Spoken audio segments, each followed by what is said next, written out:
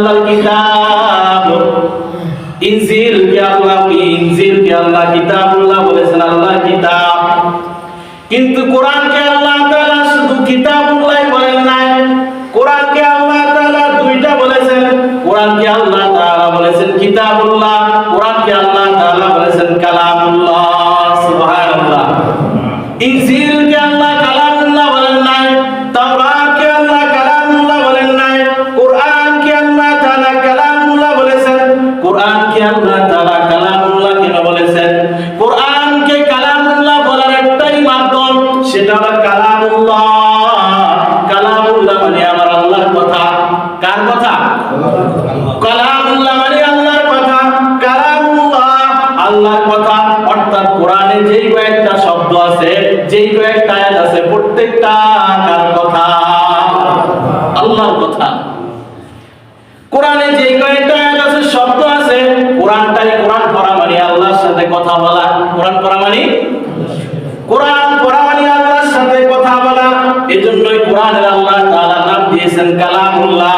এই কালামুল্লাহ আল্লাহ তাআলার কথা। এই আল্লাহ তাআলার কথা, এই আল্লাহ তাআলার কথা যেখানে পড়া হয়, যেখানে তেলাওয়াত করা হয়, ফেরেশতারা কোরআন পড়ে না। এজন্যই ফেরেশতারা যেহেতু আল্লাহর কথা, আল্লাহকে বড় ভালোবাসে, আল্লাহকে বড় পছন্দ করে, আল্লাহকে চুমু খাইতে চায়।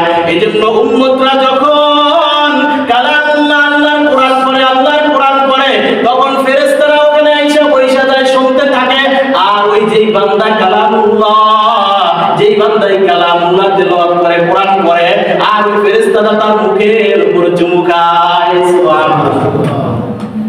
এই কোরআনের এত দাম, এত দাম, এত দাম। তাওরাত একটা কিতাব, অনেক দামি কিতাব।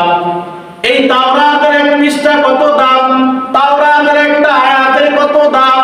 এই আসমান জমিন নক্ষত্র সব যদি এক পাল্লায় রাখা হয়, আর তাওরাত কিতাবের একটা আয়াত যদি অপর পাল্লায় রাখা হয়, তাহলে তাওরাত কিতাবের আয়াতের পাল্লাটাই ভারী হবে, ঠিক না?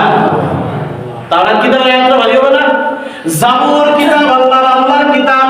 এই জাবুর কিতাবের একটা আয়াত যদি এক পাল্লায় রাখা হয়, এই আসমান জমিন যদি এক পাল্লায় রাখা হয়, তাহলে জাবুর কিতাবের পাল্লাটাই ভারী হয়ে যাবে।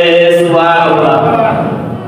এই আসমান জমিন নক্ষত্র দুনিয়ার ভিতরে যা কিছু ধরেন, লৌহে মাহফুজ, আল্লাহর আরশ কুরসি যা কিছু আছে, সব কিছু যদি এক পাল্লায় রাখা হয়, আর তাওরাত কিতাবের একটা শব্দ যদি, একটা আয়াত যদি এক পাল্লায় রাখা হয়, তাহলে তাওরাত কিতাবের পাল্লাটাই ভারী হয়ে যাবে। সুবহানাল্লাহ। সব কিছু যদি এক পাল্লায় রাখা হয়, তাহলে তাওরাত কিতাবের পাল্লাটাই ভারী হয়ে যাবে।